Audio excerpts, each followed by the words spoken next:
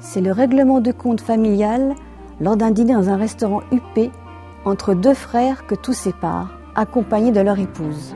L'un est un homme politique en vue, l'autre un ancien professeur d'histoire. Celui-ci, le frère de l'ombre, est le narrateur.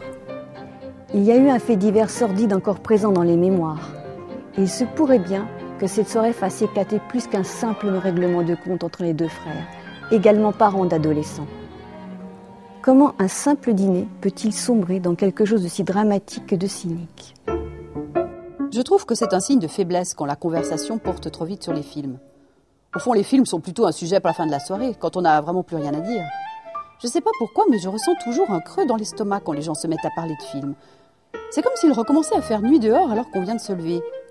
Le pire, ce sont ceux qui racontent le film du début jusqu'à la fin.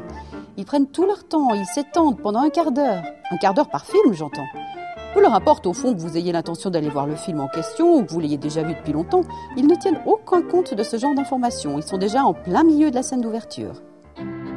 La construction de l'histoire est originale, car la trame est distillée de l'apéritif au digestif, mettant nos nerfs à vif, comme le narrateur, supportant mal les explications niaiseuses de tous les plats.